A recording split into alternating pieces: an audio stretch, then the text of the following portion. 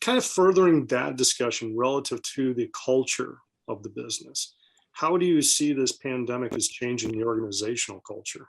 I mean, that's an interesting question. Mhm. In a lot of ways, you had organizations who were able to have employees who knew each other, who knew the business, Mhm. who knew how to get things done, um, just kind of move to their home office and Right. carry on.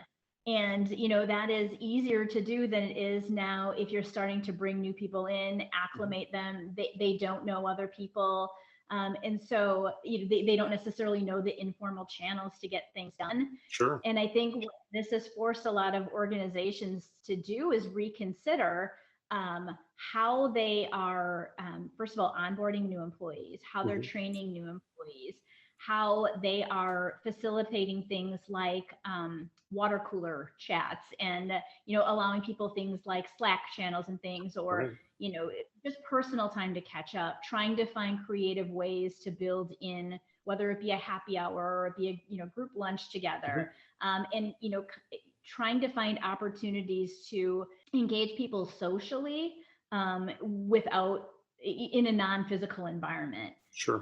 One of the other things that I think is so kind of interesting right now, and I was doing a little bit of reading on this a couple of weeks ago, is that some of the what we would have traditionally considered visual cues for Right. Yeah. leadership have disappeared from the workplace. So Yeah. we don't see necessarily the big corner office anymore, or see a fancy nameplate or business cards, or kind of senior leaders convened in a conference room. And so some of those cues for leadership have gone, and organizations now have to navigate how Mhm. they help people visualize what their career growth could look like, as well as what kind of proximity they Mhm. have to leaders that are out. Maybe you still talk to your immediate boss, Mhm. you see them in the office, or you're seeing them on some sort of virtual means, but you've lost that proximity to the other organizational leaders, and helping their employees kind of keep that kind of connection Mhm. as well.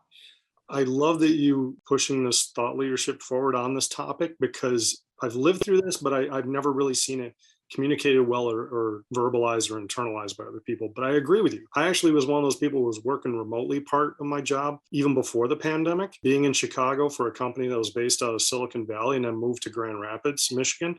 So I know there was pieces I was missing that were transpiring in the office because of the water cooler talk or things like that. So there's a value of being in the office and being in that close proximity. And actually probably is greater than most business owners realize.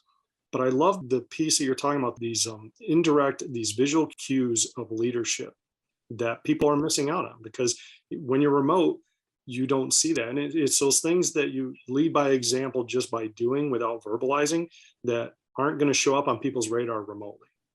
Yeah, and so trying to find other ways, having a manager from one, business unit or department, drop into another team's virtual meeting, Mhm. um, to send out little podcasts or videos with updates from their teams, and keeping that visibility. Jared, I also think one of the other kind of big opportunities out there right now for organizations that are going to be continuing to operate on a hybrid or remote work environment is to do some refocusing on leadership development. So, for a lot of leaders, leading in a hybrid environment was not something that they were used to. And so Right. they've maybe been getting by for the last year and a half, and they've Mhm. gotten better, I'm sure.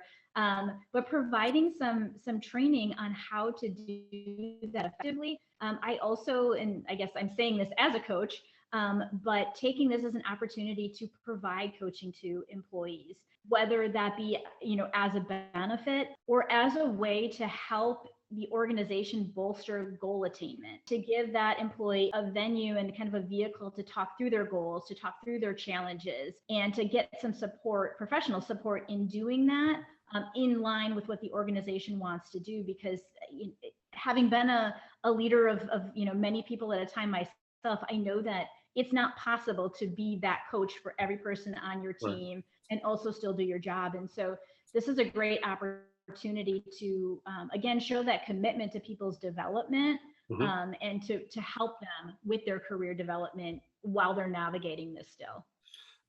That is a great piece. I love that remote leader development, because that's something I'm sure, I mean, I wasn't even considering that as a separate topic before, but when you look at all the trainings you can do for your leadership team and your management team, this makes sense, right? I mean, especially in today's world, right? This is a different set of skills.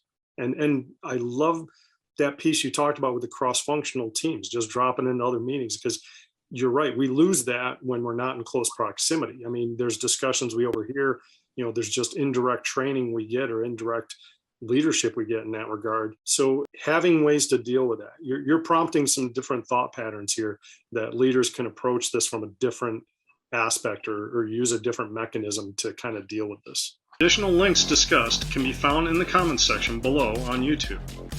Thank you for joining us today, and we hope you found the information useful. OPSQC Inc. podcast, sponsored by Paylocity.